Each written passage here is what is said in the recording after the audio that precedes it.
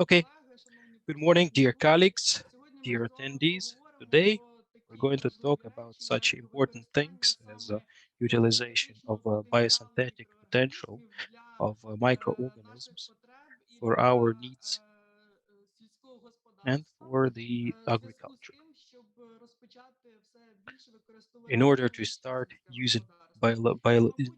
deploying biological agriculture, I think you all know very well that one of the most serious tasks for the humanity to solve in 21st century is to produce enough food for the population while at the same time protecting the environment. But unfortunately, we were all made to believe that the more minerals are there, that the higher the crops, the higher the harvest. The more chemicals used to protect the plants, the higher the yield. And without the chemical means of protection agents, you cannot get the proper harvest. So what do you need to do? Do you need to use chemicals to get better yields, or to use ecological approaches to maintain environment and soils? What's the damage of using the chemicals? You can see those points on the slide. First of all, they accumulate in the soil, water features, and the atmosphere. They transfer by organisms through food chains. They lock natural soil restoration. They impede the quality of the products, and they lead to irreversible ecological climate changes. I am an inventor, a microbiologist, a doctor of biological sciences. I'm a practical expert, applicable expert on development and implementation of biotechnology since 2004. I've implemented multiple international projects, and you can see my feats on this slide. So let's answer the question that concerns everyone. How do we reduce these expenditures on mineral fertilizers and plant protection agents and to improve harvests? There are several approaches here.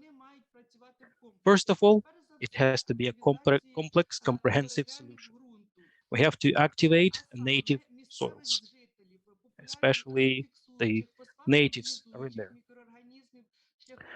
In order to improve the nitrogen fixing organisms, phosphate mobilizing organisms by optimizing their conditions of their existence. Our intensive activities in the field, the soil used to contain billions of microorganisms. Now this number has been reduced to millions, just millions. So our primary task is to restore fertility of the soil. The next step would be usage of microbe agents. This allows, what this leads to is allows to create high concentration of useful microorganisms at the needed place at the needed time for the plants, and to launch corresponding positive soil fertility restoration processes, and avoiding usage of chemicals uh, as a factor that is undesirable. What we can use for that is humus, did digested organic remains. So this all can raise the biological potential of the soil. So what is that? It is defined by the qualitative and quantitative content of the microbiota. Let's look into what kind of microbe agents are there for horticulture. First of all, you can see several of them based on live organisms and its metabolites. The other class is metabolic agents based on essences of microorganisms. What's the difference? We'll look into that a bit later. But now we will have a look at what functions they perform and why are they so important. First of all, the agents based on live microorganisms, they improve nitrogen and phosphorus nutrition. They regulate growth and development of plants. They digest the crop remnants, and they clean pesticides. Metabolic agents, they also activate native soils. They regulate growth and development of the plants. They control and regulate pests and nematode worms. They stimulate resilience of plants to biotic and abiotic stresses, and they can be used as anti-stress agents when used with herbicides and minerals.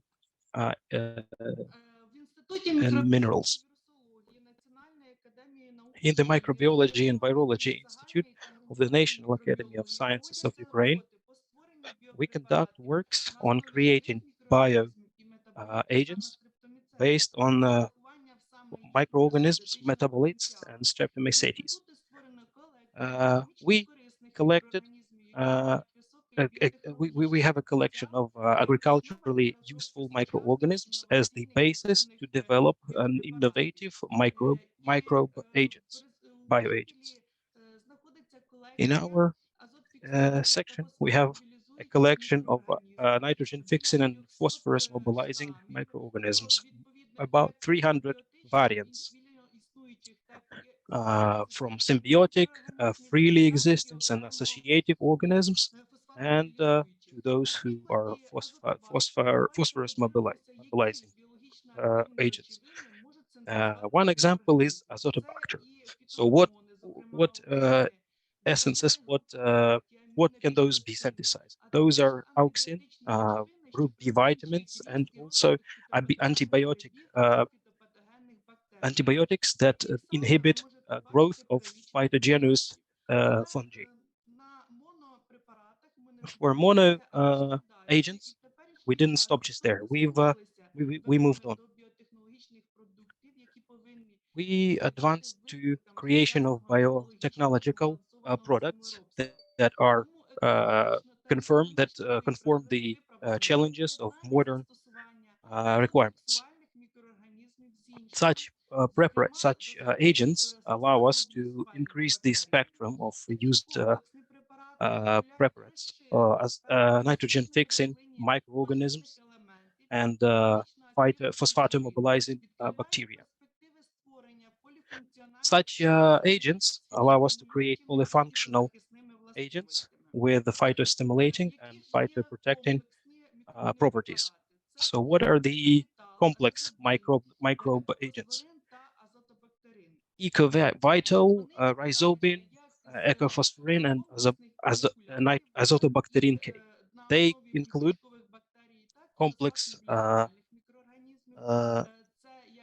inoculums based on bacteria, legume bacteria, to mobilize phosphorus. They also stimulate maintenance and restoration of biodiversity is the guarantee for balance in natural inhabitants and is the basis for sustained development. Also, for agents based on microorganisms that produce abiotic substances, we've developed agents for bacteria protection of organisms. That includes gauxin, sporazin, and insectulin. Considering the negative effects of usage of pesticides, more and more important becomes the usage of fourth generation agents to protect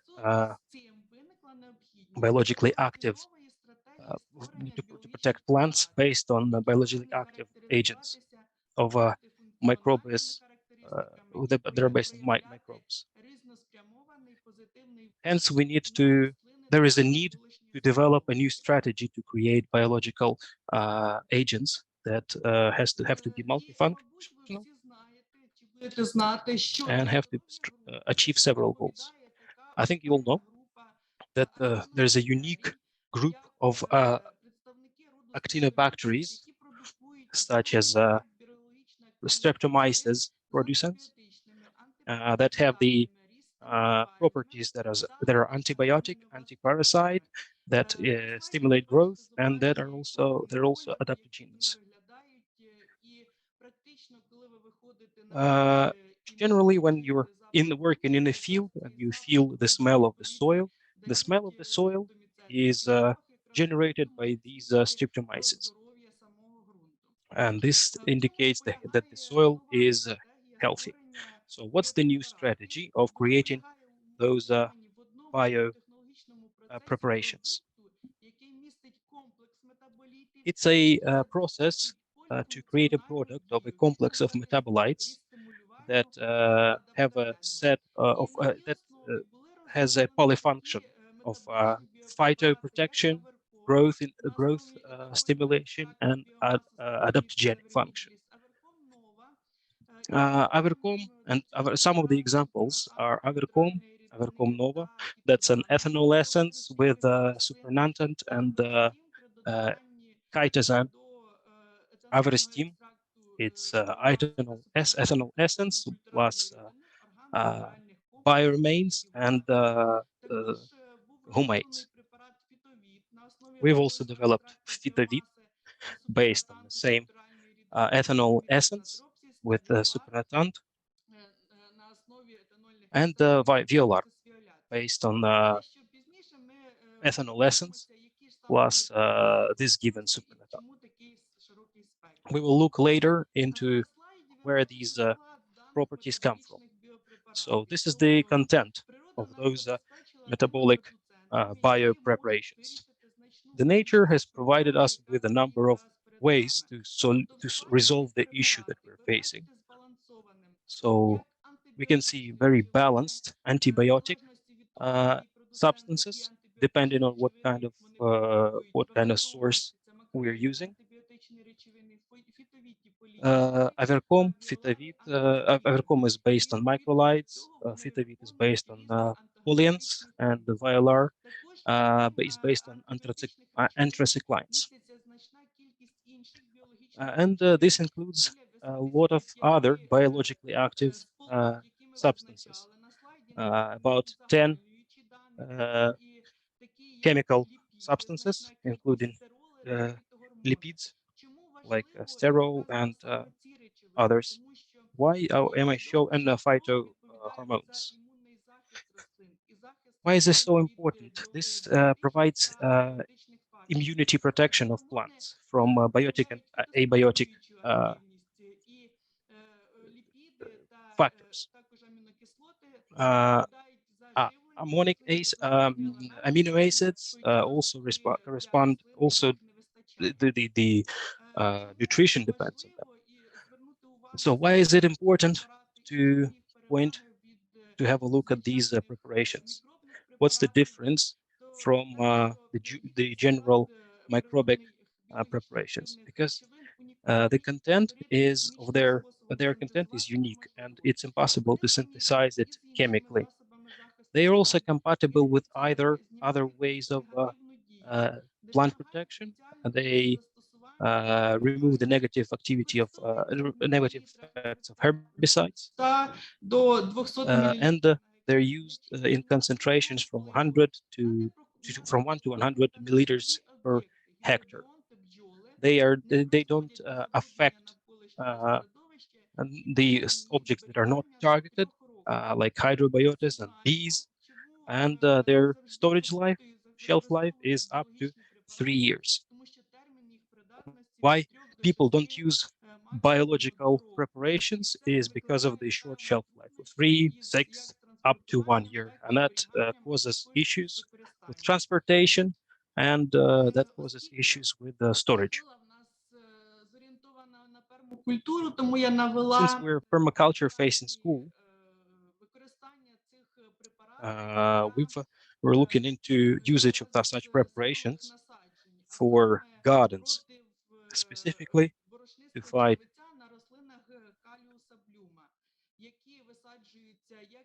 fight certain parasites that are among plants that are used in city gardens and home gardens.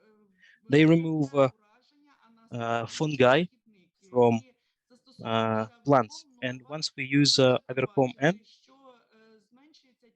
you can see that the number of pests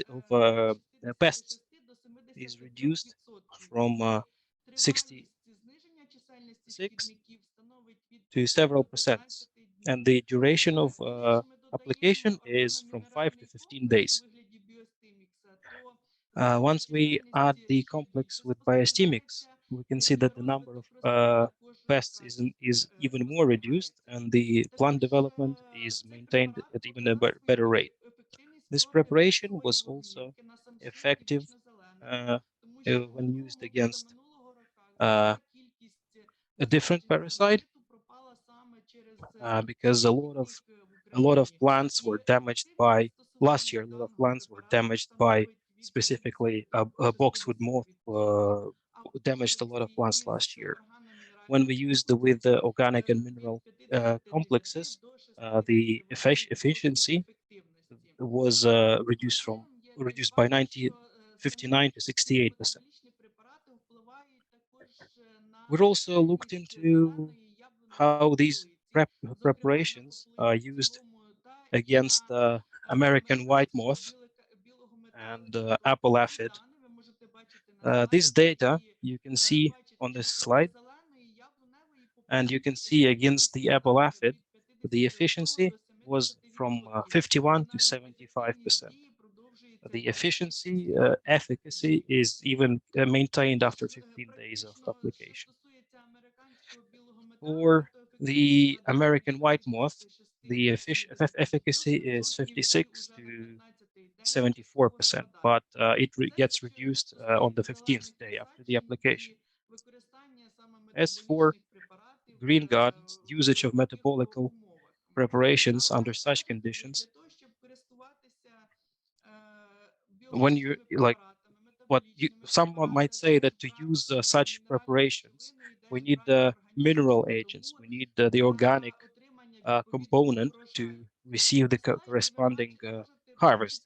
But in this slide, you can see that we can get this from crop residues, because 4 tons of hay per hectare give a huge amount of carbon, nitrogen, phosphorus, potassium, calcium that can be used in further. Щоб засвоїлася в правильному вигляді ця солома, щоб перетворилися ці пожнивні рештки в ґрунті. For this hay to turn into crop residues, we need to use corresponding components that we call destructors, or as we call them, soil improvement agents. The component of these preparations are not just microbes, they also include nitrogen fixing, phosphorus mobilization, and other agents, and also activation agents, which is an organic and mineral complex that enables activity of native soils. Some of the components of the soil, they lack nutrition, and we are launching this indigenous microbiota. We're launching. Also, we are stimulating the inhibition of phytopathogens, and we're launching the activity of indigenous microbiota. And those are the best sources to provide plants with nutrition. But what can you do if the soil is already polluted with chemical agents? And is there a way to get rid of those agents, and how to do that?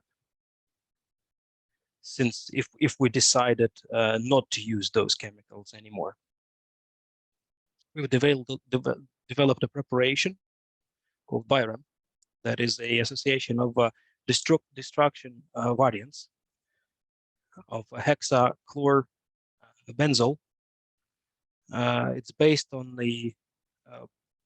certain bacteria, and the usage of this bacteria allows us to reduce the percentage of chemicals depending on the chemical by 51 to 80% or 40% from one-time use. So those soils that are polluted with chemicals, we can use these preparations to deactivate and also decompose such chemical products. In Europe and in Ukraine, there's a 25-year ban usage of such chemicals, but there's a huge amount of remnants, and those need to be recycled. One of the other kind of preparations that allows us to decompose pesticides and agrochemicals and also oil products.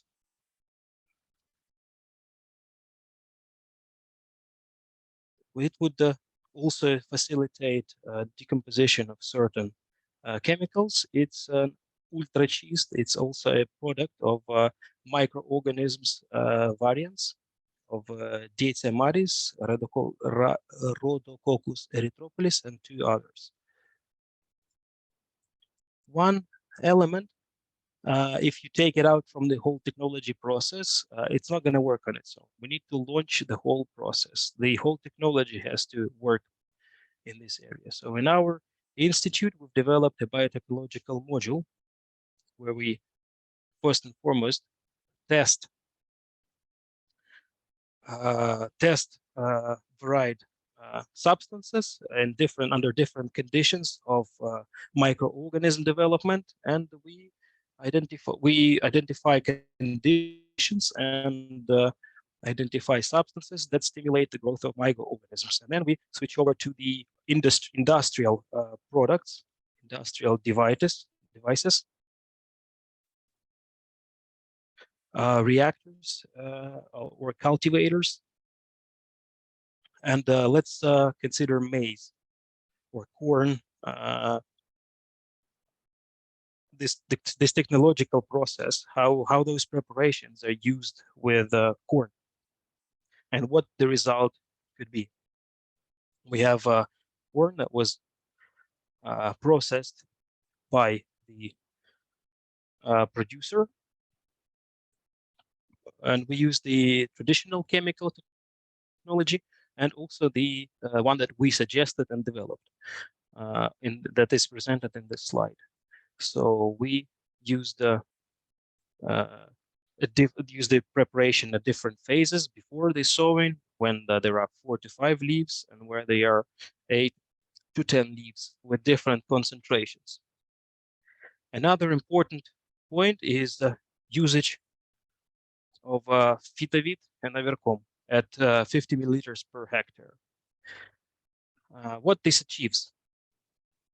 We also know that herbicides also affect the plant, not just the weeds.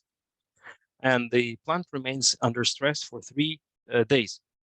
Once we used our preparations, it allows to relieve this stress and to maintain the potential, the productivity potential, not to waste it on just for fighting the pesticides, but to channel this into producing better harvest. So this soil improvement agent has been used for 2 years on the field, and after we applied this whole chemical schematic, used the result.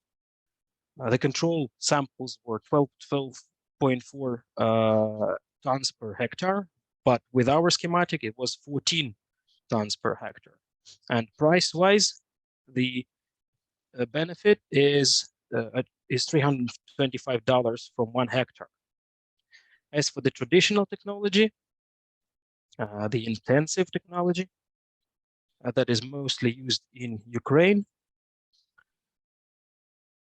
we also use these technologies with modern technology, minimum development. So we're talking about applying the strip-till technologies and no-till technologies, no-till technology to improve the soil. So instead of liquid complex fertilizers, we would use ecophosphorin plus sporozin and an organic mineral complex and a bioadhesive. So we managed also to reduce urea ammonia mixture usage by twofold,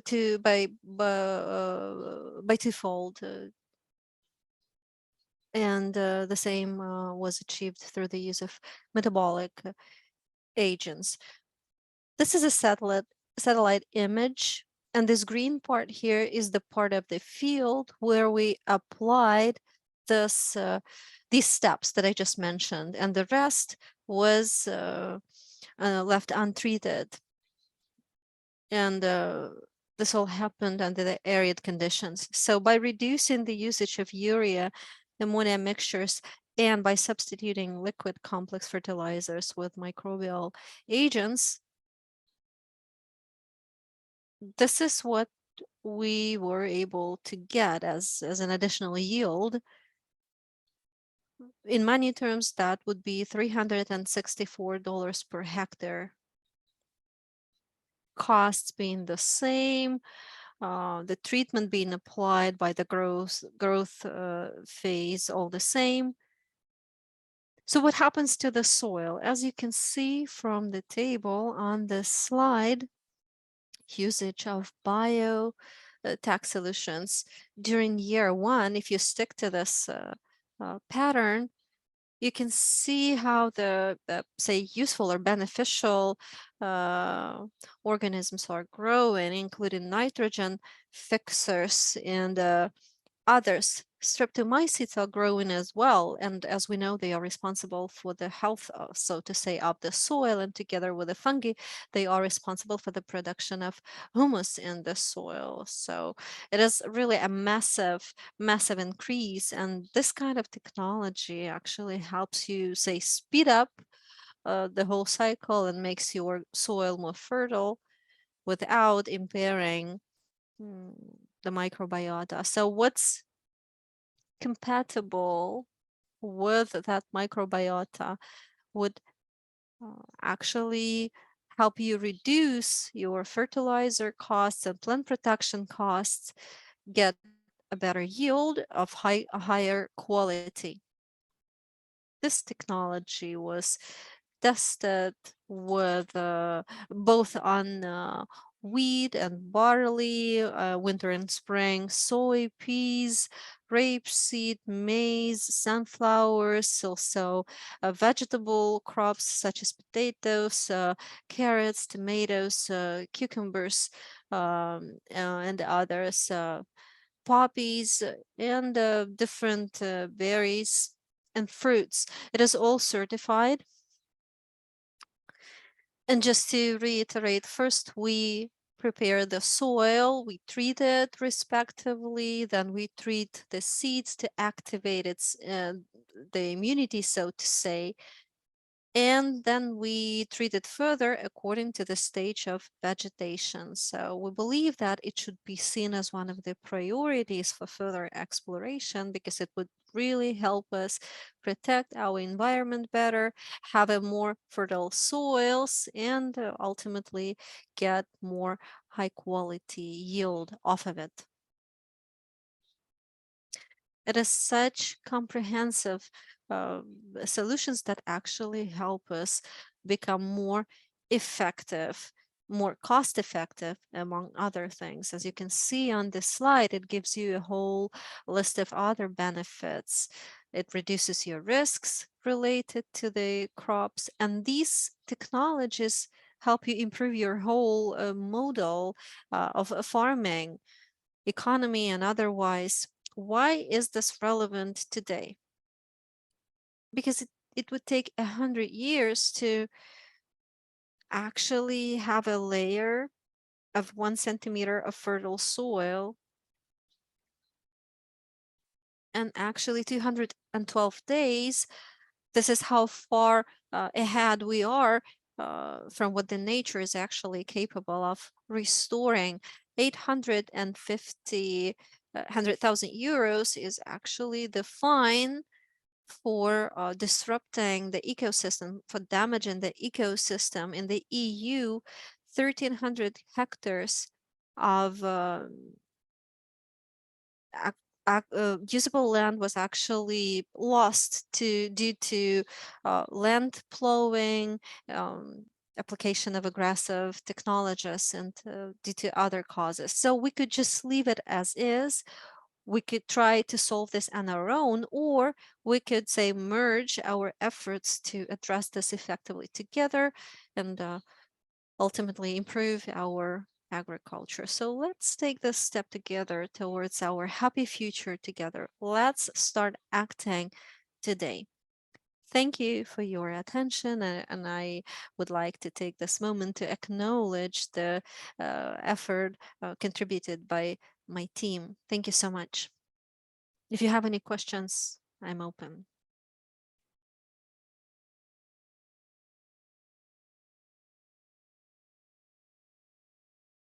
Thank you so much for your presentation, Liudmyla. I believe we have 4, or wait, it is 5 questions now. So question number 1, thank you for the insightful presentation.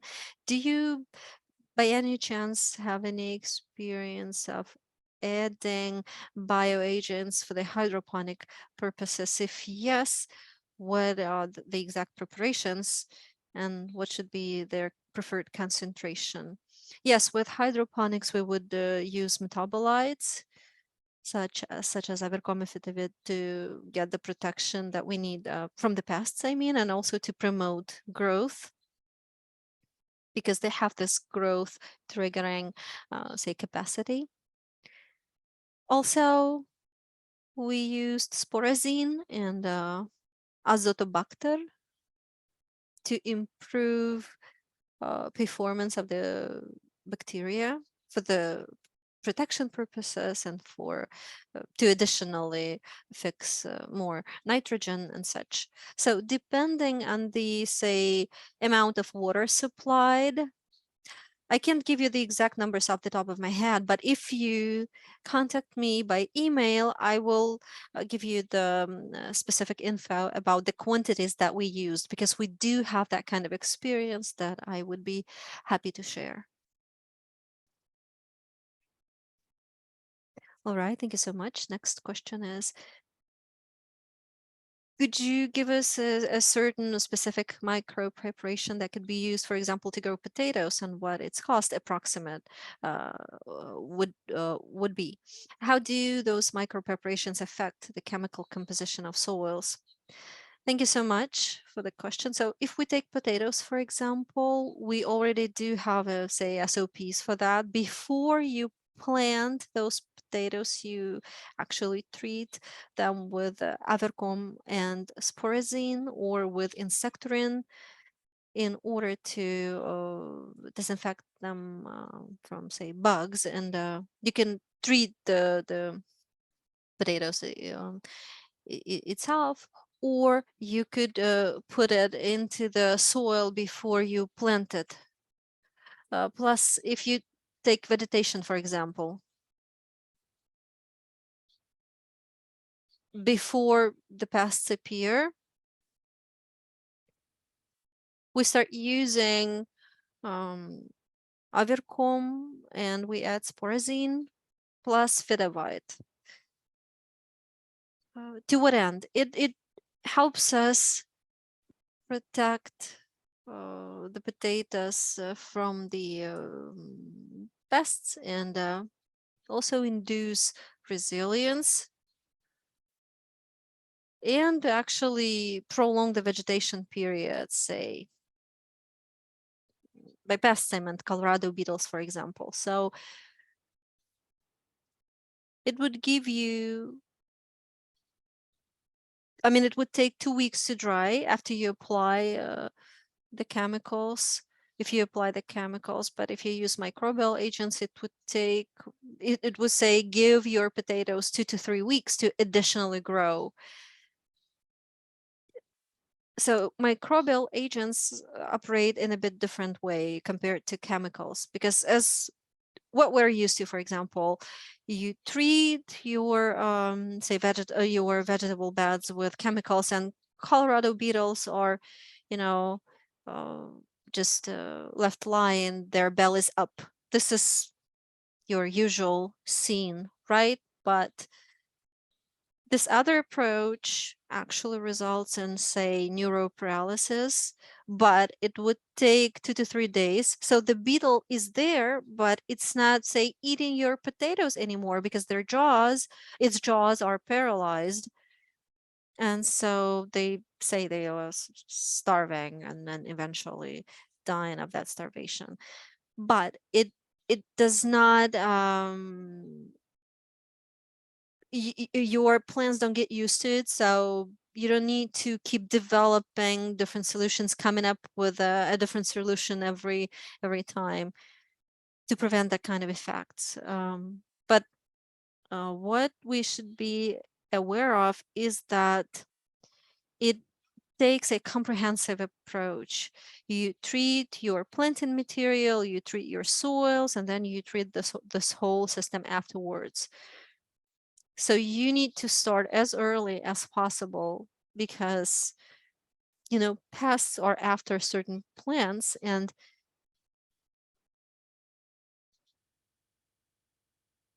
they need to do it in a certain way uh, for their, say, next generations.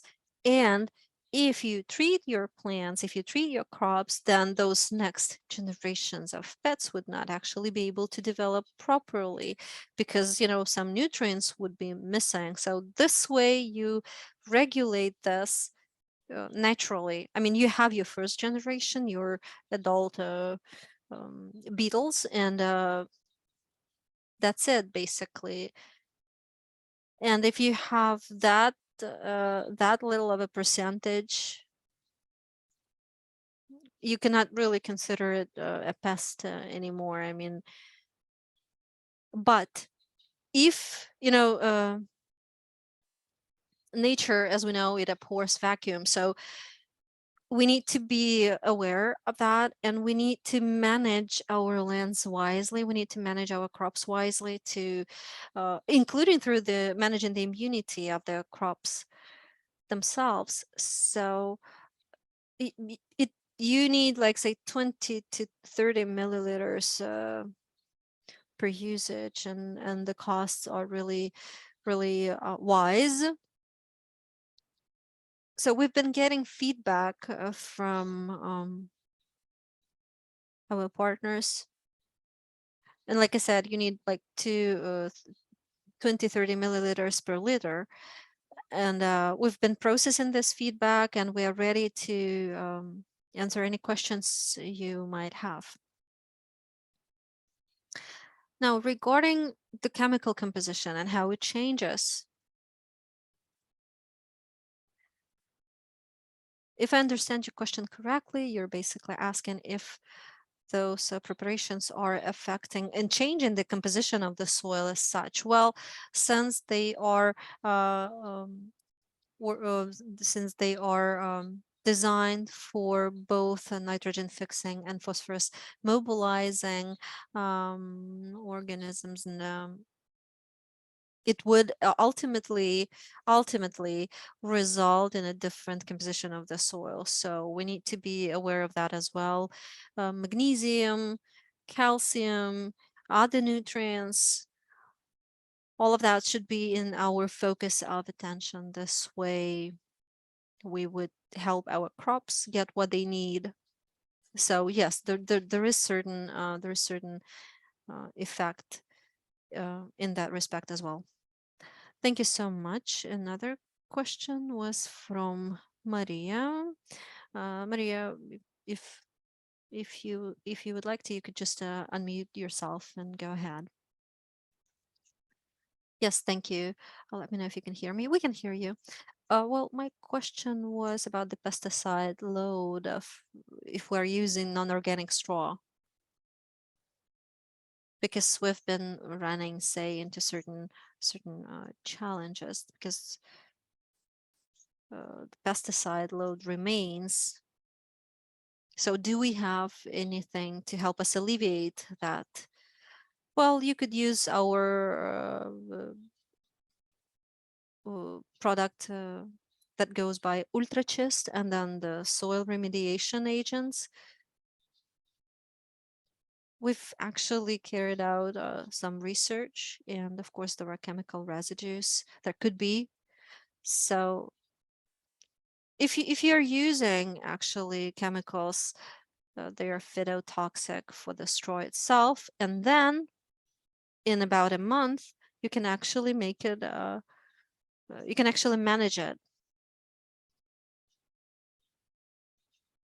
So there's certain bottom line is that there's certain phytotoxicity in the soil that could be harmful for the crops. So one of the solutions could be what I've just proposed.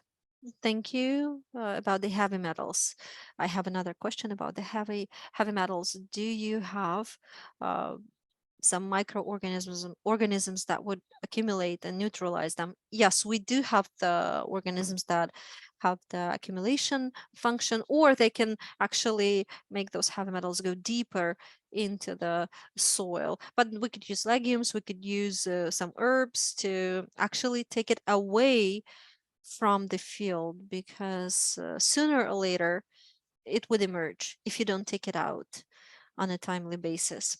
So this is what we are working on. Among other things, we are looking for solutions.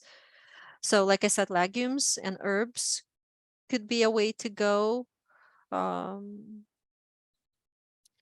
mean, cereal crops, something that could actually take it out of your soil, and then you could use other microbial technologies. What herbs are you referring to specifically, or crops? Well, again, off the top of my head, I can't really give you the exact list, but if you contact me by email, I will be happy to do that.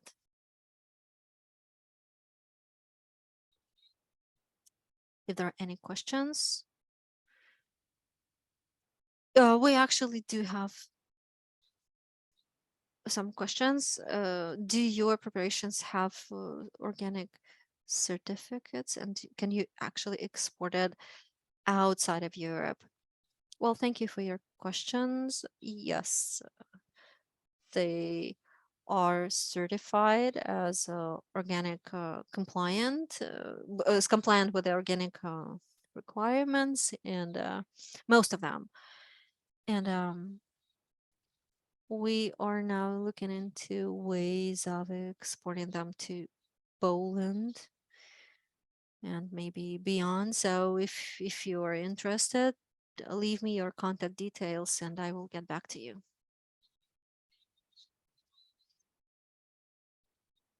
Because some of the samples that we sent, they regarding those samples, we received some great feedback, so we are ready to work on this further. Do you have any preparations that promote fungi growth, and which are the stronger destructor? I mean, that can spread rough residues. Well, to promote the growth of fungi, we do have, again, nitrogen fix and phosphate mobilizing. We have phytopathogenic antagonists and other solutions. Cellulolytic agents would include streptomycetes as well, and we grow those in their respective environments, say, because we know that when it decomposes, I mean, the decomposition is inducible, so we're using certain environments, and it actually can start working right away, working on those crop residues, for example. So to promote fungi, we haven't looked into this specifically because we've been using what we have, but regarding the streptomycetes and their cellulolytic activity, the answer is yes. All right, thank you so much. And I think we have another question in our spreadsheet about the mono preparations, but maybe the author of that question could unmute to themselves and speak, maybe elaborate on their question. Well, it was actually a question from YouTube, and I think I understand what it's about. I think that it's about some of the producers who can be skeptical towards, say, such complexes because they are looking for ways to actually mix them up on their own. So comprehensive solutions are believed to be more effective. But if we take, say, mono preparations, would that be feasible to actually produce them for the people to manage on their own? Thank you so much for your question. It is actually, say, an eternal question. If you are not familiar with our production processes, you might have those questions. And of course, at home, you can make whatever, any kind of preparation. But if you take a mono preparation, you can use it once, but who knows what happens in that process. I mean, while you were actually making it and then using it, and what's going to be the output, the result of the cultivation, say. So I do know that they're selling the equipment for liquid fertilizers. So I've heard some suggestions about using that for micro, say, biobuild purposes as well. So you take this, say, mother culture, and then you work with it. I think one of the suggestions was even to treat or to sterilize it with steam. I mean, the equipment. So this issue is quite complex, in other words, and there is no guarantee regarding the ultimate result of your home effort. Who knows what's going to happen in the field? I mean, that could damage the crops, and that could actually harm the human. So indeed, this is something that's been discussed for a while. And if you say, look at if something that it's the same,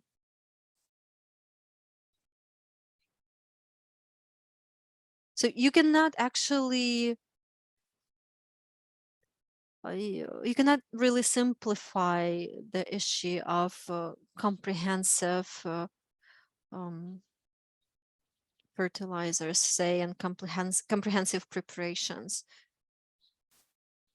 And it cannot be cheap, contrary to what's commonly believed. I mean, if it takes four components, if it contains four components, that means that you would actually have to have four separate processes and then put it together. But how do you ensure that it is properly disinfected? I mean, I'm a microbiologist, and having this kind of background, I mean, I cannot really give a blessing on this.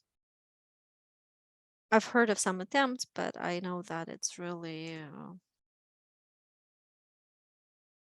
hasn't worked out. Thank you so much. Well, I have a question, if I may.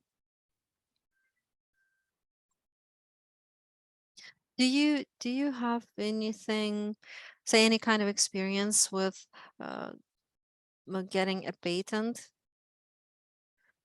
for your products? Well, first of all, the strain, it has to be deposited with the Institute of Microbiology. We have such an institute in Ukraine. When I was talking about the variants or strains, those have all been deposited with non-pathogenic with a non-pathogenic unit. So we do have a, say, a structure within the institute that actually handles this. So first of all, you need to make sure that it is neat and clean, that it has received that has been evaluated, say, in terms of toxicology, and if it is found to be compliant with the requirements, with what you're claiming, then you will be assigned a number of the deposited strain, and you will be issued your certificate. And then you can take care of the rest of getting a patent for your invention. But you would need this registration from the by depositing from the depositing of your strain. Then there are of course certain specific requirements depending on the kind of patent you're getting, the say expected duration. If you're looking at 10 years, then it would take you, say, I think 3 months to undergo the procedure.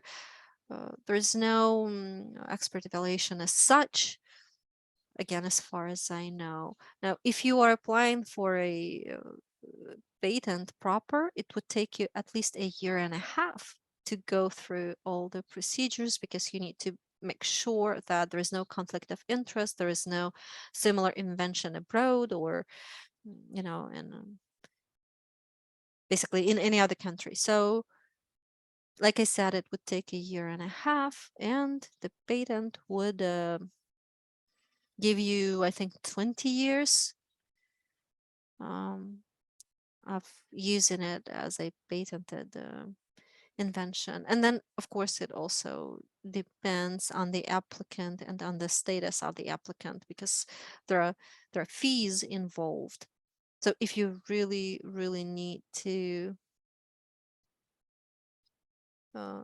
get your patent, you can go via the simplified, say, procedure. But if you follow the proper procedure, it really takes much longer, just a year and a half to pass this initial stage. But as soon as you file for a patent, your technology is considered protected. You can also register a trademark, not necessarily apply for a patent. And I think that gives you a 5-year extension, and you can use it to sell your products. And it also applies to I think it could apply to the sales, to the production. So basically, there are different kinds of protection that you can apply for. And then if you apply for a trademark, that would actually protect even the combination of the specific words you're using.